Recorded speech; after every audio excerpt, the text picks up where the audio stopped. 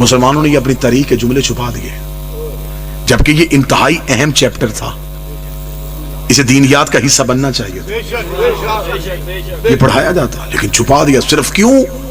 اس میں وہ کردار نظر نہیں آ رہے جنہیں مسلمان منوانا چاہتا ہے، اور وہ کردار نظر آ رہے ہیں جن کو وہ منوانا نہیں چاہتا۔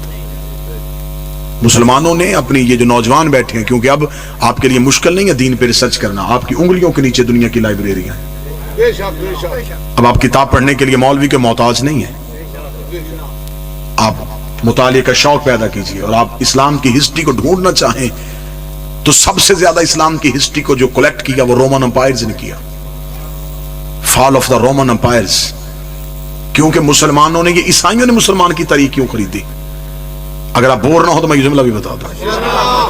مسلمان جب لشکر لے جا کے خطے فتح کر رہے تھے تو انہوں نے اپنی تاریخ کی کتابیں ردی بنا کے بیچی تھی۔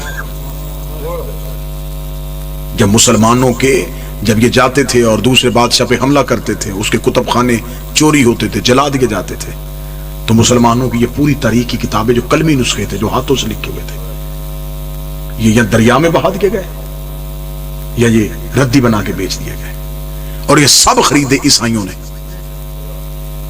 اور آج بھی ہالینڈ میں ایک شہر ہے، ڈچ اس کا نام ہے، سب سے پہلی عیسائیوں نے جو ایک پریس بنایا تھا وہ سب سے پہلے اس شہر میں بنایا تھا، اور انہوں نے سب سے پہلے مسلمانوں کی تاریخ دوبارہ چھاپی، اور عیسائی ان پہ اعتراض کرتے یہ مسلمانوں کی ہسٹری ہے تم کیوں چھاپ رہے ہو؟ انہوں نے کہا بھی یہ ملک فتح کر رہے ہیں، انہیں اس کی ضرورت پڑے گی۔ پھر جب انہیں ضرورت مسلمانوں کو پڑی تو پھر انہوں نے سونے میں تول کے دی ہے مسلمانوں کو تاریخ، اور انہوں نے اس کے جو نسخے تھے وہ اپنے پاس رکھ لیے تاکہ کبھی بھی مسلمان ہمارے سامنے آئے تو ہم اسے اس کی تاریخ سنائیں۔ آج بھی دنیا کی سب سے جو بڑی لائبریریاں ہیں، برٹش لائبریری ہے، ٹرکش لائبریری ہے، آکسفورڈ کی لائبریری ہے، آپ وہاں جائیں آپ کو فال آف دا رومن امپائرز ملے گی، آپ انٹرنیٹ میں جائیں آپ کو وہاں بھی ملے گی۔ اس نے اسلام کی اس پہلی دعوت کو بڑے خوبصورت لفظوں میں لکھا ہے، اس نے کہا جب پروفٹ تقریر کے لیے اٹھا there was a keep silence on all of the Quraysh، پورے قریش میں خاموشی تاری تھی، and prophet says who will help me، اور نبی کہہ رہے تھے کون ہے جو میری مدد کرے گا، who will follow me، کون ہے جو میری اتباع کرے گا۔ وہ کہتا وہاں خاموشی تھی but one child، لیکن ایک بچہ، his name was علی، اس کا نام علی تھا، he was only 10 years old، وہ صرف 10 سال کا تھا، he cried، وہ چیخا، he jumped، وہ اچھلا، اس نے کہا I will help you، میں تیری مدد کروں گا، I will follow you، میں تیری اتباع کروں گا، I brought the brawn of your enemies، میں تیرے دشمنوں کی ہڈیاں توڑوں گا۔